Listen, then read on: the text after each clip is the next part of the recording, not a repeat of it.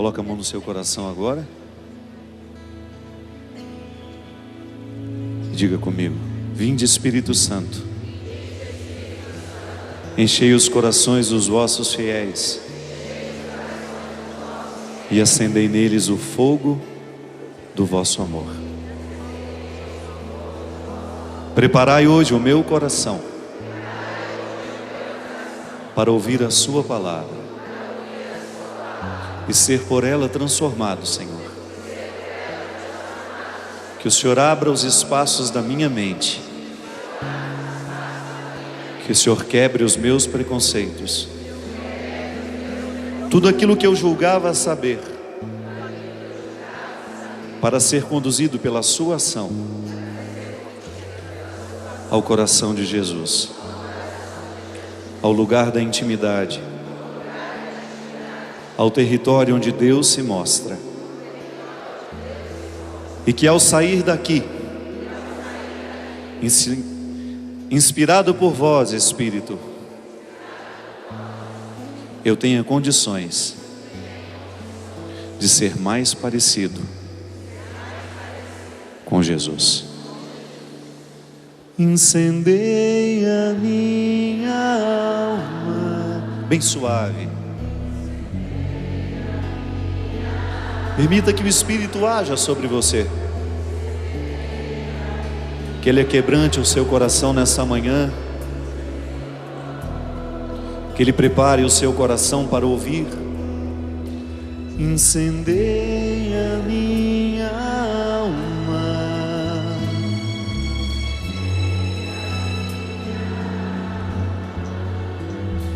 incendeia minha alma.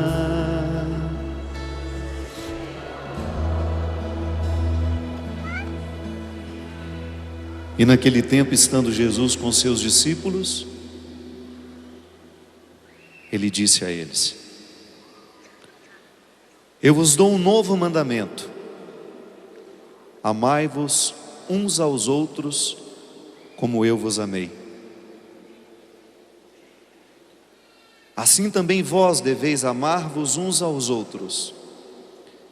E nisto conhecerão todos os que sois meus discípulos, se vos amardes uns aos outros. Palavra da nossa salvação. Bom dia para vocês. É sempre uma alegria para mim ter a oportunidade de estar nesse acampamento do coração de Jesus. Talvez você não saiba, estava lembrando agora há pouco com o Padre Joãozinho. Há muitos anos atrás, eu ainda era seminarista, lá naquele rincão, que não é como está lá hoje. Era um palco de lona, uma poeira, ou então um barro, dependia do clima. Ou era poeira ou era barro, não era salete. E foi naquele lugar que eu preguei pela primeira vez na Canção Nova. Preguei no acampamento do Coração de Jesus. Naquela época eu era um seminarista do Sagrado Coração de Jesus. Até agora estava dizendo ali, muito embora hoje eu não pertença mais à congregação, eu não tenha a vida mais da congregação dos Padres do Sagrado Coração de Jesus, eu sou um feliz herdeiro de toda essa tradição, a essa devoção, a essa teologia que nos convida a mergulhar no conhecimento do Senhor a partir do coração de seu Filho. Me pediram para falar sobre a intimidade misericordiosa de Deus. Eu me sinto em casa. Me sinto em casa porque foi assim que eu comecei a conhecer Jesus, a partir da sua misericórdia. Foi no colo da minha mãe que eu ouvi pela primeira vez que Deus nos ama sem reservas, que Deus é capaz de perdoar o nosso coração, que é capaz de se mover na nossa direção sempre que dele precisamos. Essa teologia simples que nós aprendemos no colo das mulheres. Não que os homens não sejam capazes de nos ensinar sobre o coração de Deus, mas é que os assuntos do coração parece que as mulheres entendem um pouco mais do que nós. A gente nasceu com esse prejuízo, não é verdade? Nós homens nascemos com esse prejuízozinho, falar de coração a coração. Sempre que a vida nos aperta, é no colo da mãe que a gente quer estar. Sempre que a vida fica difícil, uma saudade nos devolve aos braços daquela mulher que nos defendia. Então eu tive essa feliz oportunidade de conhecer a Deus através do coração de Jesus, pelo coração da minha mãe. Foi no colo da minha mãe que eu tive a oportunidade de experimentar, ainda que de maneira rudimentar, essa teologia que hoje me sustenta. Porque, minha gente, pode me arrancar tudo, eu posso perder todas as minhas convicções, eu posso estar absolutamente equivocado em uma série de coisas que eu pensei serem verdadeiras, e eu nem tenho medo da dúvida, eu não tenho medo de colocar à prova aquilo que eu considero verdadeiro, mas nada poderá me apartar, nada poderá me separar da certeza de que Deus me ama.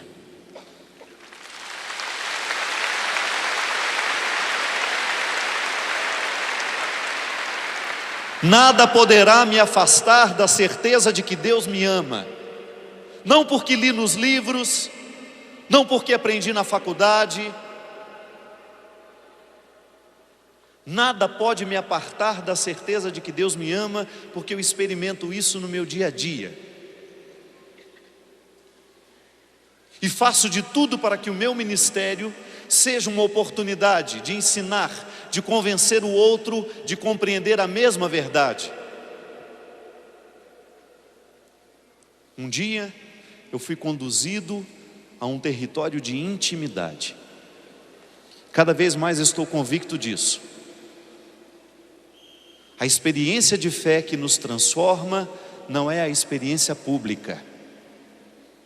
Não é aquilo que nós ritualizamos para que todos vejam. Sobre isso pregava lá em Jerusalém na semana passada.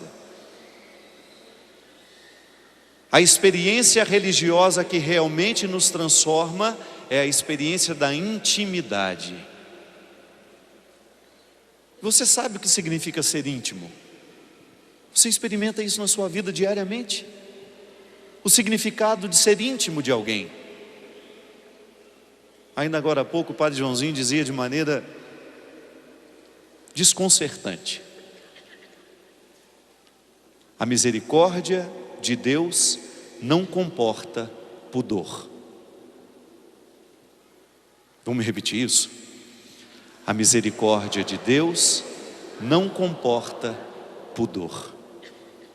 O que é o pudor?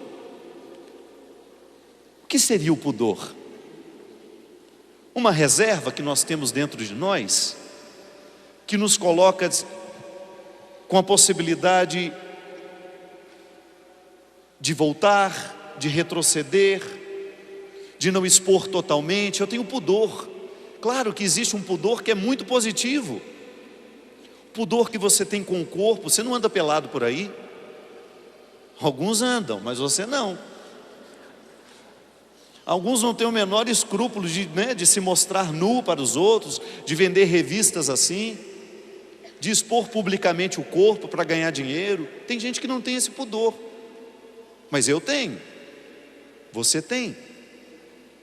Às vezes o nosso pudor é tão que se você usa uma roupa mais apertada, você fica sem graça no ambiente que você está, não é verdade? Isso é uma evolução natural de Deus em você. O seu amor próprio, essa experiência bonita que nós aprendemos com o Senhor, nos ensina que o seu corpo é um território sagrado, que ele não pode ser banal. Às vezes você tem uma calça lá no seu guarda-roupa que te deixa banal. Às vezes você tem uma blusa que te deixa banal. Nós homens, às vezes temos uma camiseta que pode nos deixar banal. Estou falando bobagem? Não estou. E o que nos mostra que nós estamos sendo banal? O pudor. Você fala assim, você olha para aquela sainha que você colocou, gente, eu não tenho idade para isso mais não, pelo amor de Deus. Que vergonha. Quando você olha antes de sair de casa e uma luzinha se acende dentro de você para dizer, toma vergonha na cara, criatura, que você não tem idade mais para usar essa blusinha. Põe uma roupinha de manga. O pudor, ele é positivo demais. Quando você começa a sinalizar para você mesmo que você está extrapolando o território, que você está saindo do território e que fora daquele território você fica banal. Mas este pudor que nós estamos falando, que a misericórdia de Deus não comporta, é justamente não ter receio nenhum de aproximar-se do outro e de demonstrar com ele uma solidariedade. Porque eu tenho pudor. Em muitas situações da minha vida, é o meu pudor que me impede de ser íntimo do outro. Eu já dei esse exemplo algumas vezes. Toda vez que eu vou para minha casa, eu passo numa zona de prostituição ali na virada da Dutra. O Padre Joãozinho também passa de vez em quando por ali, sabe o que eu estou falando.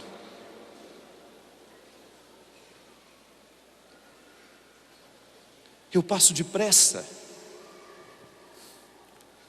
Tenho medo de que alguém me veja naquela região. Porque se a gente não faz nada de errado, o povo já fala. Se você tem um amigo, que você é muito próximo dele, o povo já fala que você é namorado dele. Se você tem uma amiga próxima, o povo já fala que você é namorado dela. Se você acaricia uma criança, eles acham que você é pedófilo. O mundo é cruel, você sabe disso. E às vezes eu, por causa do meu pudor, eu não consigo ser misericordioso, que não é nem no significado de parar lá, não. É de não olhar com reserva para aquelas pessoas, de não permitir que a distância que a vida nos colocou prevaleça dentro do meu coração, minha gente. Quem cuida daquelas pessoas? Quem as evangeliza? Por que não temos a coragem de parar o nosso carro e de perguntar se em algum momento da vida elas precisam de nós? Porque nós temos pudor, nós temos medo do que o outro possa pensar. Nós temos medo de estar ao lado daqueles que nos parecem estranhos. Nós temos medo de sermos vistos ao lado dos ladrões, das prostitutas. Nós temos medo, o pudor nos priva de viver a misericórdia até mesmo dentro de casa, como o Dunga falava ontem. Quando o seu pudor não lhe permite pedir perdão. Quando você sabe que você errou, mas o bendito do orgulho misturado com tudo aquilo que nós temos de ruim, nos impedem de recomeçar a vida de um jeito certo ao lado das pessoas que nós amamos.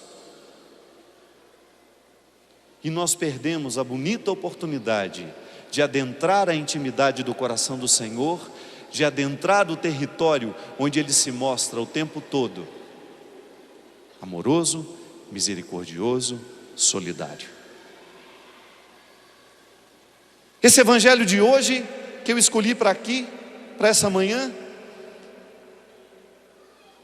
parte de uma revelação que Jesus nos faz, de que Ele nos ama, assim como eu vos amo. Eu vos peço que vocês ameis uns aos outros, porque esta será uma forma que você terá de demonstrar ao mundo que você é meu discípulo, que você entrou na intimidade comigo, que você me entendeu. Você sabe o que significa entender? Sabe? O que significa a palavra entender? Entrar na tenda com o outro. Entrar na tenda do significado do outro. Nós estamos na mesma tenda. Quando eu digo que eu te entendo, é como se eu estivesse arrancando os seus sentimentos e colocando-os dentro de mim, tornando-os meus. Quando eu digo que eu entendo a sua dor, não é porque eu estou sendo teórico, não. É porque eu saí do meu território, eu saí da minha tenda e eu entrei na sua, com você. Gente, você sabe o tanto que lhe dói não ser entendido? Eu não preciso dizer. Você descobre um câncer na sua vida. Você descobre que de repente você está com câncer. Por mais que você queira contar ao outro o que significa os seus medos, porque essa palavra nos assusta terrivelmente. Um diagnóstico de câncer é como se arrancasse o alicerce da vida da gente. Por mais que você diga ao outro o medo que você sente dia e noite, que você não consegue se livrar dele. Por mais que você tente revelar ao outro o que se passa com você, você sempre tem a sensação de que o outro ainda não entendeu. Através do comportamento dele, do jeito dele ser. Ser entendido é você ser abraçado na sua situação e você perceber que o outro está em plena comunhão com os seus sentimentos, com os seus medos, com a sua doença, com os seus limites. Que o outro não te aparta, ele não se aparta de você. Ou ele não faz questão de ser um teórico naquela hora para ouvir a sua história e somente ter uma compreensão teórica dela. Não, ele entra na tenda com você. Ele entrou e ele entendeu o que você sentia. Isso é confortador demais, não é?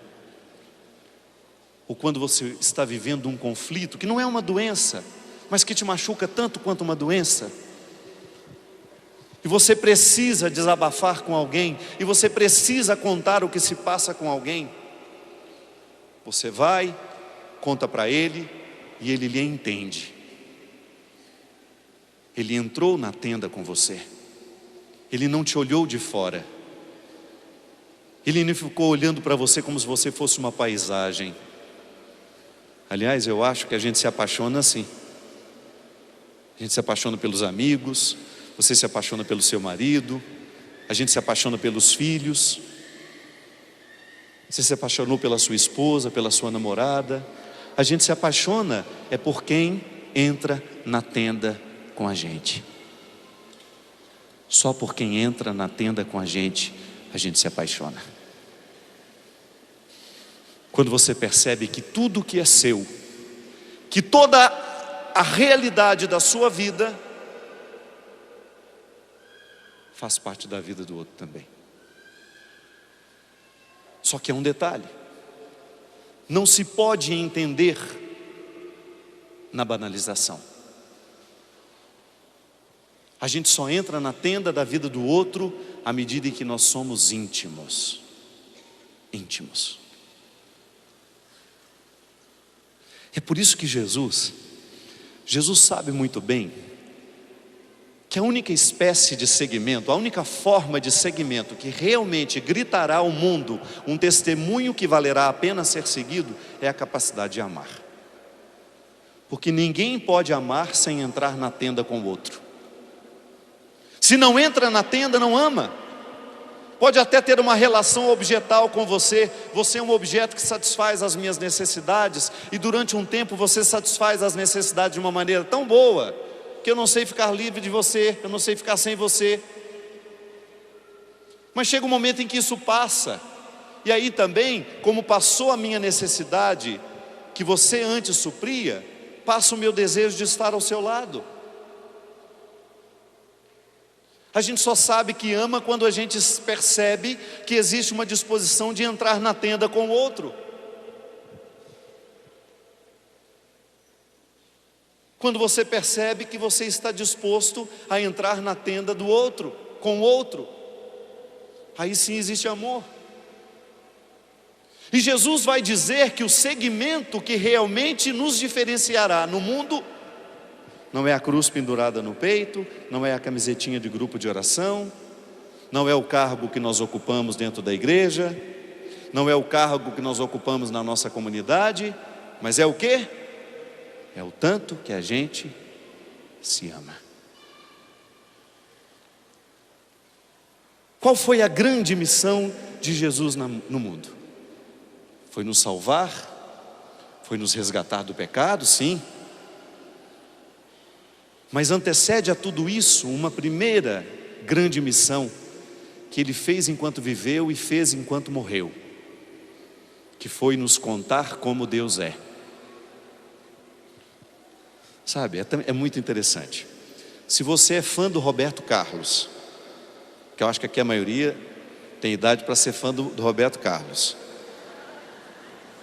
Quem aqui gosta do Roberto Carlos? Levante a mão. Pois é. Eu acho que você daria os 2 dentes da frente para conversar meia hora. Calma, nem terminei. Daria os 2 dentes do fundo, então, vamos melhorar. Para você saber um pouquinho da intimidade do Roberto Carlos. Ah, larga a mão de ser mentirosa que eu conheço.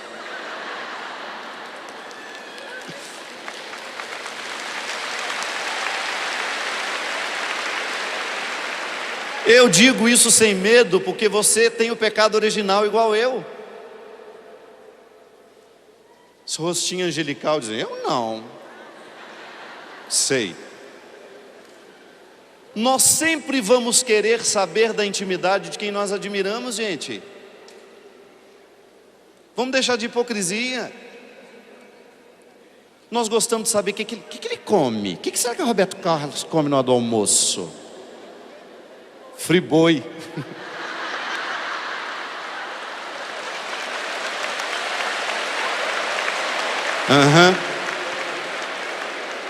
Nós gostaríamos de saber que horas ele dorme, que horas ele acorda, o que ele gosta de comer.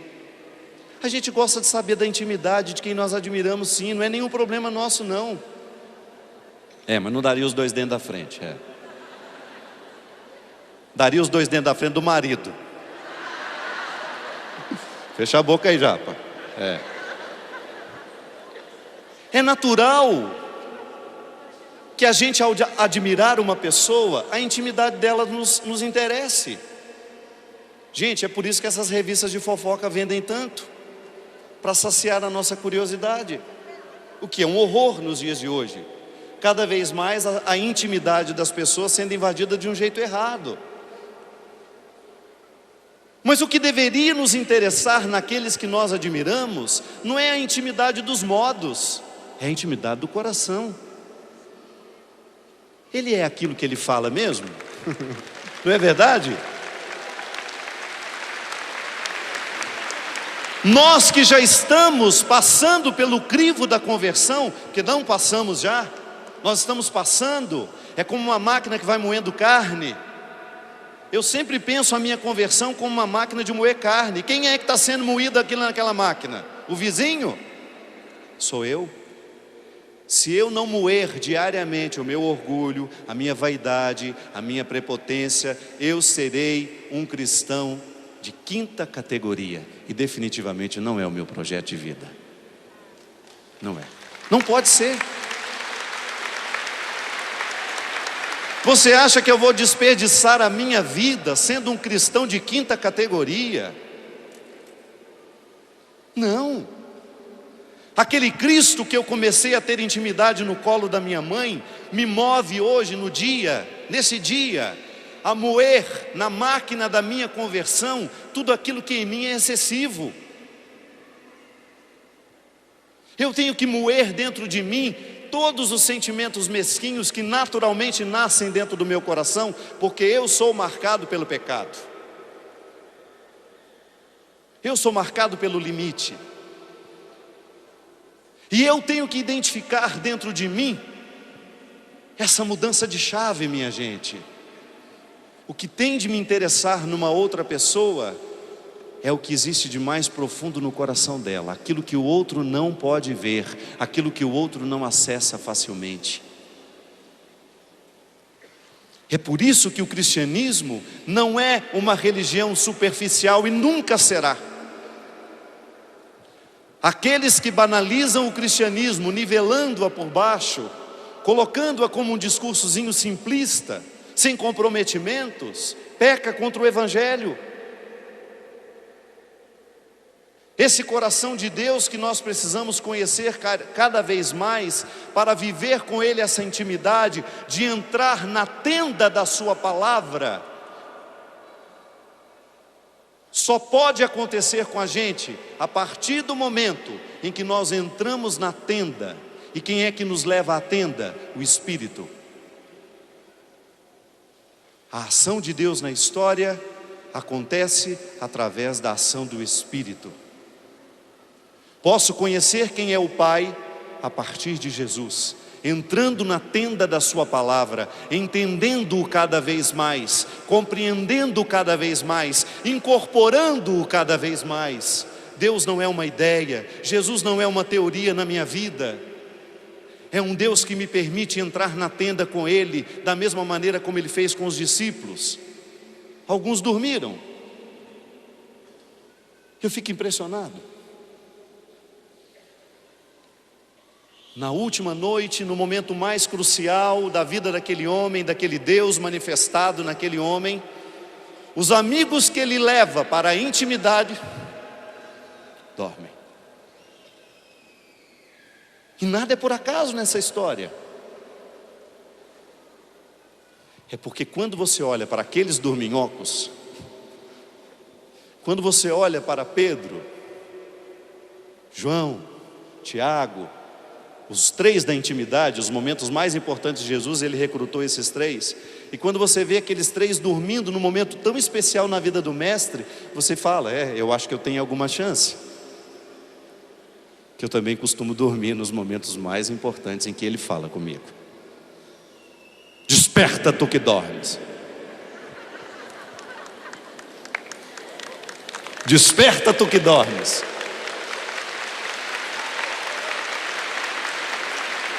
E muito embora a senhora estivesse cochilando e eu fiz esse grito para a senhora, não é desse dormir que eu estou falando, é de uma outra maneira de dormir que eu estou falando. Quando a gente vai vivendo de um jeito tão banal, tão superficial, preocupando com a alimentação do Roberto Carlos, com o colchão que ele dorme, com a cueca que ele veste, se é friboi, se não é friboi, se parou de comer carne, se continua comendo carne. Nós perdemos tempo com as banalidades do mundo e nos privando de entrar na intimidade com o Senhor. E essa bobagem do discurso do Roberto Carlos, brincando que eu também sou fã dele, eu também gosto dele, é justamente para nos mostrar que assim, um jeito de viver superficialmente a nossa religião, da mesma maneira como essas revistas de fofoca fazem diariamente um relatório para tentar nos atrair, os contextos religiosos também podem ser banais e podem nos privar de viver a intimidade com o Senhor. Por isso fica de olho, se você não está adormecido com o seu jeito de ser religioso, cuidado. Fica de olho no seu jeito de pertencer, fica de olho no seu jeito de ser discípulo. Para usar uma linguagem eclesiástica, fica de olho no seu discipulado, que ele pode ser banal, ele pode ser descompromissado, ele pode me colocar comungando diariamente, missa diária, mas sem a capacidade de amar o que está ao meu lado, sem parar o meu carro para olhar a situação daqueles que estão desfavorecidos, sem aproximar de mim aqueles que Jesus sempre quis ter por perto. Cuidado, pode haver pudor demais na sua maneira de ser religioso, pode haver pudor demais na sua maneira de ser católico. Você pode se privar de mergulhar na intimidade com o Senhor, justamente porque você insistiu demais.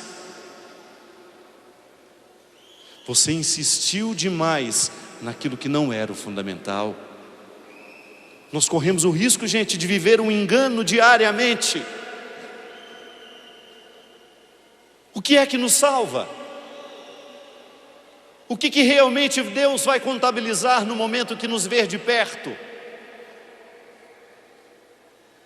Foram os anos e anos e anos que você coordenou a pastoral da liturgia. Foram os anos e anos e anos comungando diariamente. Ou foi o tanto que você amou? Ou foi o tanto que você foi capaz de se doar pelos outros da mesma maneira como Ele se doou por nós? O que qualifica a nossa vida religiosa? É a intimidade. É o que você se recolhe diariamente para aprender com Ele, para entrar na tenda com Ele. Não pode haver uma devoção ao coração de Jesus saudável se não há o entendimento dessa devoção. Como diziam as pregadores aqui esses dias, não é ter pena do outro, não. Definitivamente misericórdia não é ter pena do outro. Misericórdia é sentir com o outro, é entrar na tenda com o outro. Isso sim é ser misericordioso. E Ele ensinou. É igual a parábola do bom samaritano. Aquilo para mim é um enigma. Um homem está machucado, caído. Passa um levita, um cantor, né? O levita era um cantor, não era? Não era, Joãozinho?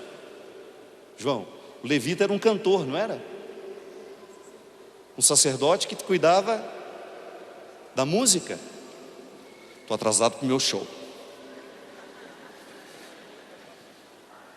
Eu tenho um concerto, não posso.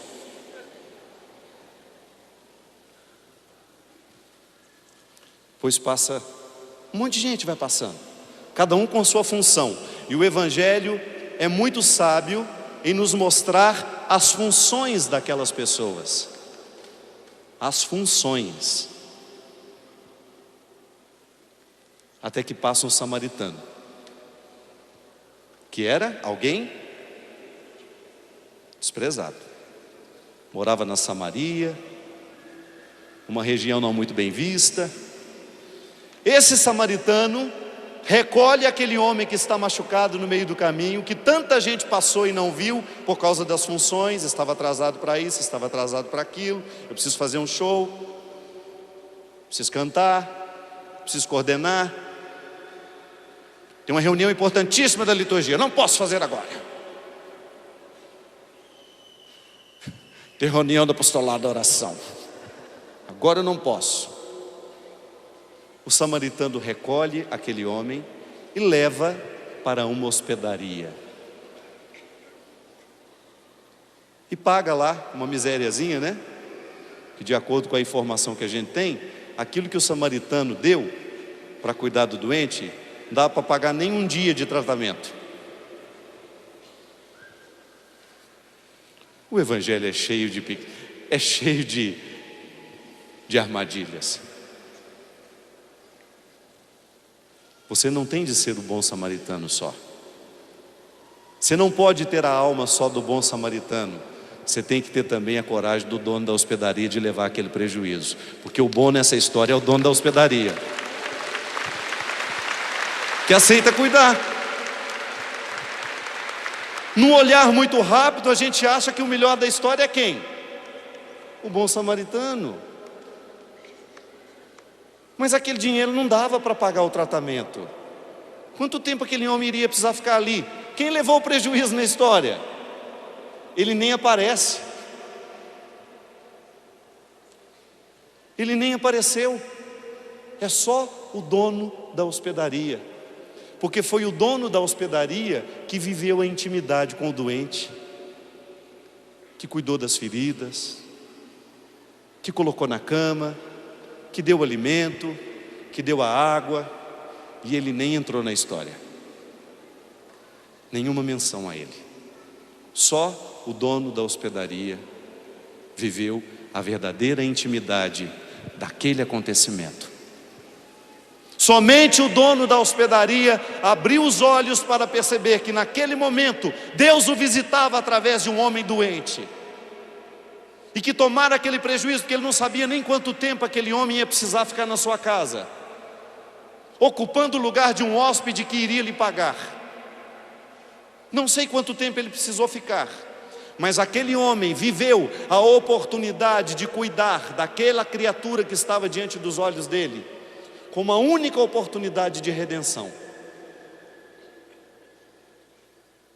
Quem viveu a intimidade daquele tratamento foi o desconhecido da história.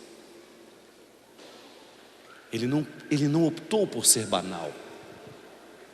Ele assumiu a oportunidade de fazer o bem.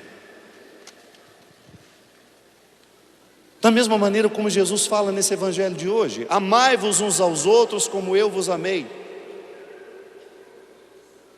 Gratuitamente receber o outro.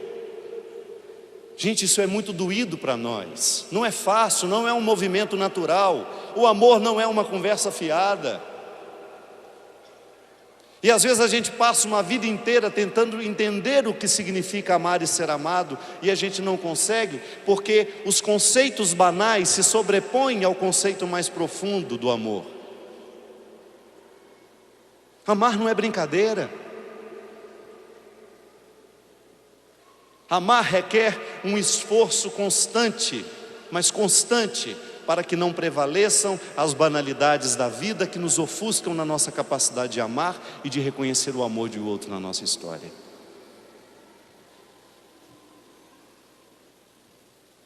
Você não será reconhecido, seu nome não sairá no Jornal Nacional, você não será página das revistas, você não será a capa da Veja, pelo bem que você fizer lá no silêncio da sua vida. E é por isso que ele dizia que o que faz a mão direita, a esquerda não deve saber. Porque a nossa salvação não nos chega nos momentos públicos. A nossa salvação não pode ser gestada nos momentos públicos.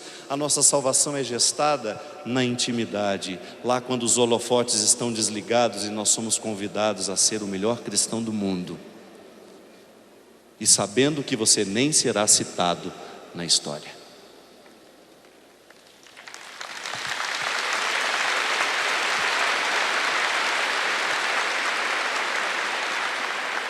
Que a partir do momento que você acreditar, pôr os pés no chão e ver que não existe carochinha para nós, historinhas fantasiosas de amar e ser amado, esqueça, criatura. O amor é cruel, mas ele é redentor, ele é salvífico.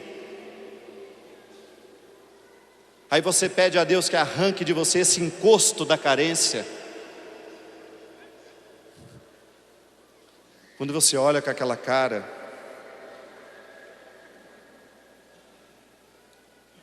sabe o que eu já fiz por você? É isso que você me dá em troca? O amor não é banal. É intimidade. Se você quiser conhecer a intimidade do Senhor, ouse vasculhar a sua intimidade. Ouse investigar os seus motivos mais profundos. O que te faz cantar, o que te faz ser quem você é, o que te faz trabalhar pelo que você trabalha. Ouse investigar no mais profundo do seu coração o que é que gesta o seu motivo de fazer o que você faz, de ser quem você é. É por isso que a conversão é um ato íntimo, é íntimo. É aqui dentro que Deus nos modifica, quando Ele nos faz relativizar a própria função que nós temos na vida. Hoje você canta, Salete. Hoje você nos evangeliza cantando. Mas você não tenha dúvida de que esta evangelização que você realiza através da sua música pode ser a sua causa de perdição. Por quê? Porque nós somos fracos. Eu posso me interpretar como uma pessoa mais importante da canção nova. Eu posso assumir esse microfone aqui, ó, e sem pensar o que Deus pode fazer através de mim, através desse microfone, eu vou com a pretensão de o que Deus pode fazer através de mim na sua vida. Eu fico sempre julgando para fora. Não. A primeira orelha que escuta o que eu estou dizendo é a minha. E nós estamos todos, minha gente, o cristianismo nos coloca todos numa areia movediça. A areia movediça das nossas vaidades, dos nossos excessos, dos nossos ciúmes, das nossas arrogâncias, dos nossos medos que nos colocam muitas vezes incapazes de amar, nos nossos pudores. Eu não posso ser vista ao seu lado porque eu sou muito melhor que você. Eu não posso ser vista ao seu lado porque eu me acho muito superior a você. Então a minha palavra será sempre moralista, porque quanto mais eu te desmoralizar, mais eu me escondo das minhas vergonhas pessoais. Quanto mais eu humilho o outro, mais eu me escondo das minhas vergonhas pessoais. Por isso que também foi falado aqui, quem conhece o coração de Jesus, só pode conhecê-lo a partir da humildade, da simplicidade, do despojamento. Se a gente não tem humildade no coração, a gente não enxerga o outro, minha gente. Quantas vezes você deixou de realmente conhecer uma pessoa, porque você já levou tudo o que você achava daquela pessoa e colocou entre você e ela? Nós chamamos isso comumente de preconceito. Quantas vezes você foi visto assim? O outro não enxergou quem você era, não. Ele enxergou quem ele queria que você fosse. Aí enxerga melhor ou enxerga pior. Ambos são prisões. Não é possível mergulhar no coração de Jesus, assumir a sua proposta de vida, viver a sua espiritualidade, se a gente insistir no salto alto. Não esse que você põe no pé, que depois vai te dar um prejuízo no fim da vida que você não sabe o tanto. Mas esse que você põe na alma. Tira a sua alma do salto alto. Não se chega aos céus com essa vaidade espiritual. Não se chega ao céu se achando melhor que o outro. Não se chega ao céu carregando esse pudor que nos separa uns dos outros. A misericórdia de Deus não comporta pudor. É preciso você se despojar de tudo aquilo que é excessivo em você, senão você não vai amar nem o seu filho. Cuidado, você que é mãe, que aquele amor puro que você tinha na infância pode se transformar numa possessão ao longo da vida. Amor de mãe também sufoca, amor de mãe também mata. Por quê? Porque ele modifica com o tempo. Deixa de ser gratuidade. Não tem nada mais cruel do que você amar um filho impondo a ele as suas opções. Não tem nada mais cruel nessa vida do que você amar um filho sem intimidade. E é possível sim a gente achar que a gente ama. Você nunca ousou perguntar ao seu filho: meu filho, tudo isso que eu estou querendo que você faça é realmente o que você quer fazer?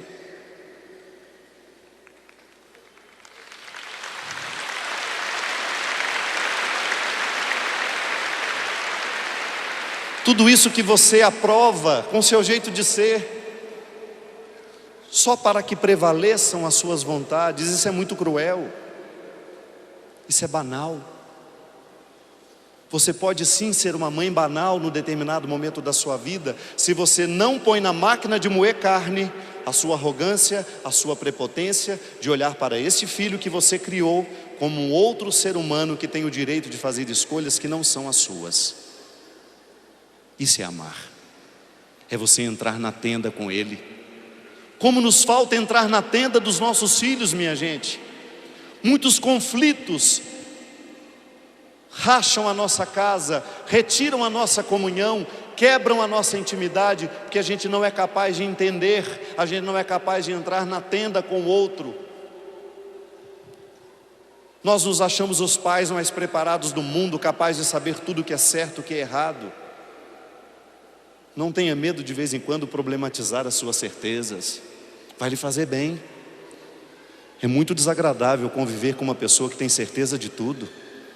É pesado. Põe um pouco de dúvida no seu olhar. Quem ama também faz isso. Será que meu filho é isso mesmo que eu acho que ele é? Será que existe a possibilidade de eu estar enganado com a carne que nasceu de mim? Será que eu estou impondo a ele o fardo daquilo que eu gostaria de ter vivido e não vivi. Intimidade. Só podemos entrar na intimidade do Senhor quando nós somos capazes de viver, quando nós somos capazes de mergulhar no mistério desse amor e identificá-lo, que ele não é esse conto de fadas, que o amor é a solução de conflitos, é a resolução, é o encontro de conflitos, mas com harmonia. Somos diferentes uns dos outros e somos convidados a nos amar. Isso é muito comum nas nossas comunidades. Eu não quero essa pessoa na minha equipe, não. Deus me livre. Deus me livre da Margarida, gente.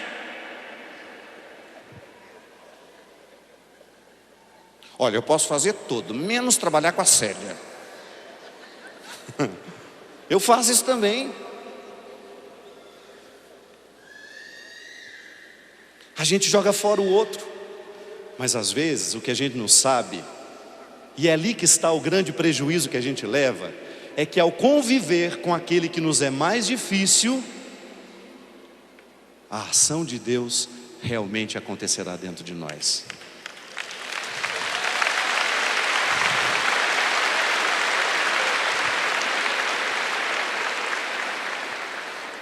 Eu sei que em muitos casos na sua vida você perdoou e você nunca mais quer ver aquela pessoa.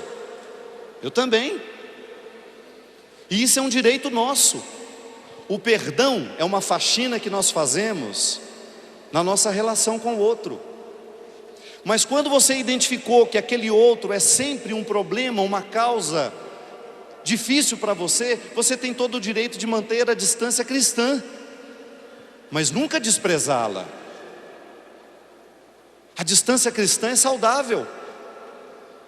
Um padre amigo meu há muitos anos me ensinou uma coisa: há pessoas que não precisam da sua presença, mas sempre necessitarão do seu amor, do seu respeito, da sua prece.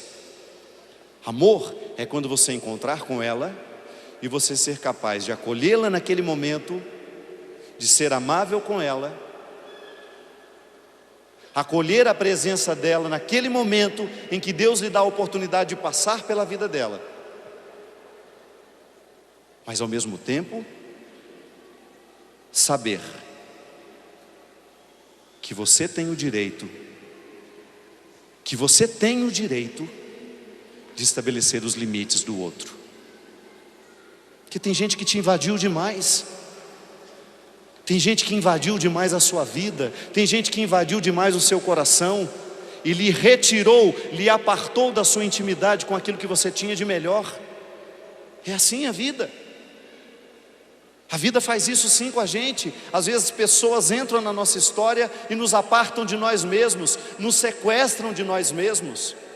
Mas se você não fizer a faxina daquele relacionamento, levando o perdão a lhe ter coragem, a lhe dar condições de encontrar de maneira harmoniosa com aquela pessoa por onde você for, e tratá-la educadamente, e tratá-la de maneira caridosa, e se um dia ela precisar de você, você ser capaz de fazer alguma coisa por ela, ainda que de longe, você vai levar a mágoa, que é um grande empecilho para você entrar na tenda com o Senhor. Volto a dizer, a gente pode optar por viver um cristianismo banal, ou nós podemos optar por viver um cristianismo de intimidade. Na banalidade nós vamos considerar o que temos de função. A minha função, eu sou mãe, eu sou pai, eu sou coordenador, eu sou padre, eu sou freira, não. Eu sou o cantor. O lugar onde Deus vai trabalhar em nós é na nossa intimidade. É aqui o centro do mundo. Isso não é egoísmo, nem é egocentrismo. O lugar que Deus resolveu, pode resolver todos os conflitos do mundo, é o nosso coração. E depois que passam todas as funções, vem a palavra de São Paulo, desconcertante, quando o assunto é caridade, quando o assunto é amor. Se eu falasse todas as línguas dos homens, dos anjos, mas não tivesse amor, eu seria como um bronze que só faz barulho, como um sino que só repercute. Se eu tivesse o dom da profecia, de estar aqui na Canção Nova, de pregar bonito, de levantar uma multidão, se eu conhecesse todos os mistérios da teologia, da ciência, da filosofia, da literatura, e se eu tivesse a fé a ponto de mover as montanhas, mas se eu não tivesse amor, de nada seria, de nada valeria. Se eu gastasse todo o meu dinheiro no sustento dos pobres, se eu entregasse o meu corpo para ser um escravo, para me gloriar, mas eu não tivesse amor, de nada valeria. Aí ele vai falando um monte de coisas que nós já estamos familiarizadas.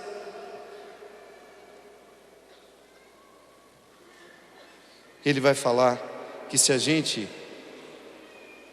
quiser compreender o amor, nós teremos de entrar dentro de uma dinâmica que só comporta intimidade. O amor não cresce na banalização, o amor não cresce na banalidade, o amor não cresce na superficialidade, o amor cresce no encontro. Aí ele vai dizer o que é o amor. O amor é paciente, o amor é bondoso, ele não é invejoso.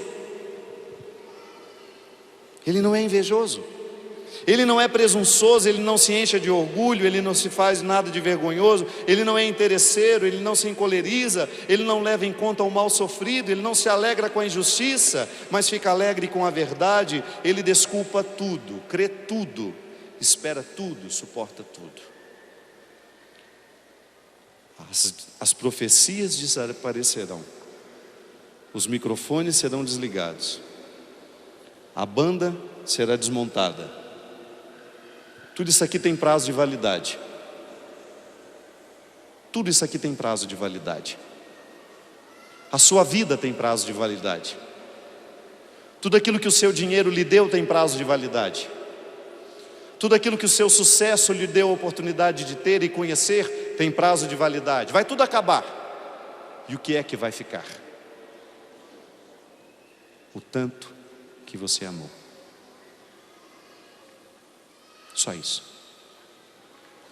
Só isso.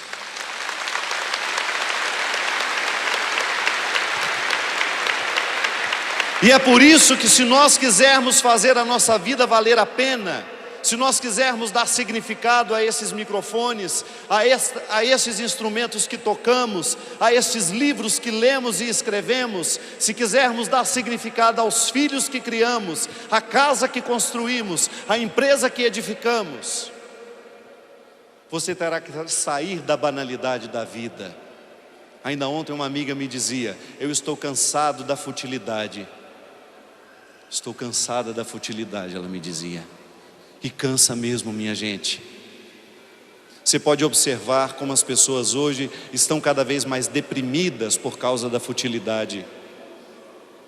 Como você está cansada de representar socialmente, como você está cansada dos amores precários que você tem que fingir que ama, como você está cansado da pseudo-religião, aquela que não transforma o seu coração, como nós estamos cansados dos nossos ritos vazios, das nossas celebrações vazias, como nós estamos cansados dos nossos casamentos cada vez mais ocos, cada vez mais sem intimidade, como nós estamos cansados dos nossos armários que já não cabem mais roupa, e mesmo assim a gente não está satisfeito com nenhuma delas. A pessoa tem 300 sapatos como se fosse uma centopeia, ainda tem coragem de falar assim na hora que passa na frente da sapataria: nossa, estou usando tanto sapato, gente. Mentira. Você está precisando de intimidade. Você trocaria todos os seus sapatos por um amigo de verdade. Você trocaria todos os seus sapatos por um marido de verdade.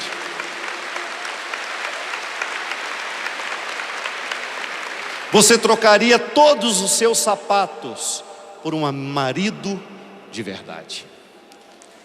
Você trocaria a sua conta bancária. Eu não tenho dúvida disso, minha gente. Eu estou falando a partir do que eu escuto nos bastidores. Nós estamos correndo demais atrás daquilo que é superficial, até religiosamente falando. Nós só queremos a religião que descompromete.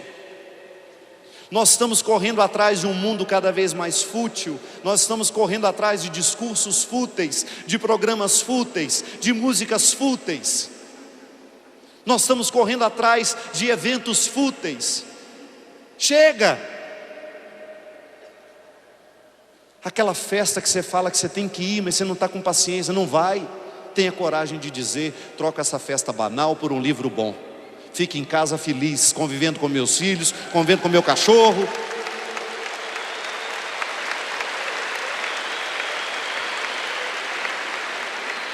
Tenha coragem de desligar o rádio, tenha coragem de desligar a música quando você sentir que aquilo não contribui com a profundidade da sua alma. Tenha coragem de desligar a televisão, de mudar o canal, porque você merece esse respeito. Aquilo que é fútil e que te torna ainda mais fútil do que estamos sendo.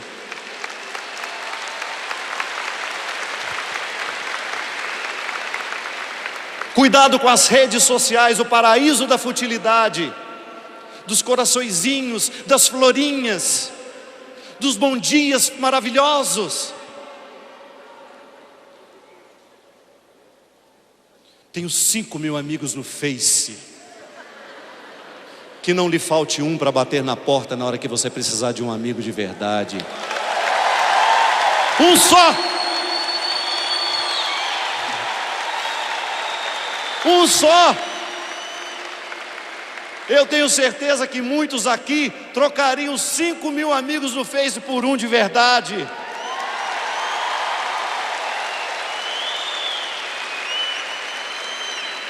A sociedade é fútil.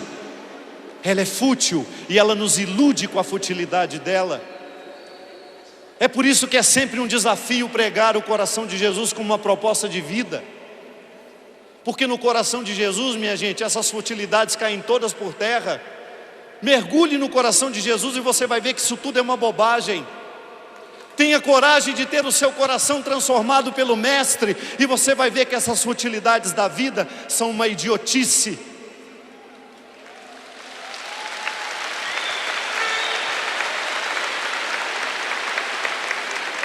Tenha coragem de mergulhar no coração de Jesus e você vai relativizar se seu time perde, se seu time ganha. Porque a sua vida, minha filha, quem paga as suas contas é você. Não vai trabalhar não para ver.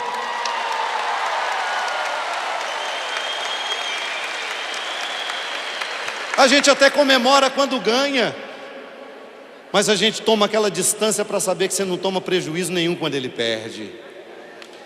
O jogo que nós queremos ganhar é outro. O jogo que nós queremos ganhar nessa vida é outro, minha gente. Não adianta nada os nossos 12 jogadores irem para o pódio se você não está no pódio da vida, se você não está fazendo a escolha certa, se você não está buscando no seu dia a dia um jeito de ser íntimo com Deus, um jeito de ser íntimo com a sua família, dos seus filhos. Não opte pela superficialidade das relações, você não merece isso. A superficialidade só nos mata. Pode observar. Os tempos mais terríveis da minha vida, os mais doídos da minha vida, é quando não me faltou intimidade com Deus. É quando eu optei pela superficialidade. E você não faz ideia do tanto que eu sou tentado a viver essa superficialidade. Você não faz ideia dos leões que eu preciso matar todos os dias para que eu não me torne um homem fútil. Você sabe por quê? Aqueles que dizem que nos amam, muitas vezes são os que mais fazem a futilidade chegar à nossa vida. E é por isso que você precisa ter muito cuidado em quem você confia. Já disse isso aqui uma vez. Uma amiga minha, chama Marina, ela é lá de Belo Horizonte. Marina é uma mulher que tem uma busca de Deus, onde os milagres acontecem na vida dela de uma maneira tão natural que a gente fica assustado. Uma mulher rica, uma mulher poderosa, que optou por viver a intimidade como o Senhor, como a sua maior riqueza. Então ela pode até ter muita coisa, mas eu nunca vi a Marina escravizada pelas coisas que tem. E uma vez, é claro que ela tem um contexto de futilidade à disposição dela. Quem é rico sabe disso. Quem tem uma posição social sabe muito bem o tanto que você é convidado a ser fútil na sua vida. Tanto de festa que você tem, festas fúteis, onde as pessoas vão, não é porque são amigas umas das outras não, é porque elas querem aparecer socialmente. Ou você tem que fingir que você é amigo daquela pessoa. Deus me livre disso, gente. Você perder um tempo precioso na sua vida com uma festa desagradável só para cumprir um papel social. Você quer uma coisa pior do que isso? Você ir em casamento de uma pessoa que você nem sabe quem é, se submeter aos risoles e coxinhas e... Deus me livre. Arroz de pato, agora é chique. E no meio de tantas possibilidades superficiais, aquela mulher está se desafiando diariamente ao lado do marido dela, o Renato, e dos 3 filhos que a vida deu a oportunidade a ela de ter, miraculosamente, 3 filhos miraculosos. Um dia ela me disse uma coisa que eu nunca mais vou me esquecer. Ela disse: padre, eu não banalizo mais o significado da palavra amigo. Eu posso ter muitos conhecidos, mas os meus amigos só são meus amigos se eles me fazem ser amigo de Jesus.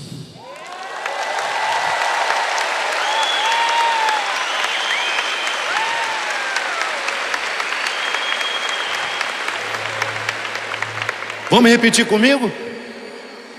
Os meus amigos são aqueles que me fazem ser amigo de Jesus. São aqueles que me desafiam a vencer a minha futilidade, a minha superficialidade. São aqueles que me retiram da festa fútil e me colocam no encontro íntimo. Saia da festa fútil, queira o encontro íntimo. Queira o encontro com as pessoas de verdade, minha gente. Não desperdice o seu tempo com os eventos que só te desgastam espiritualmente. Não perca o seu tempo precioso. Se você tiver um tempo livre na sua vida, que seja escolhido para criar intimidade com os que você ama, para estar com amigos que te fazem amigos de Jesus.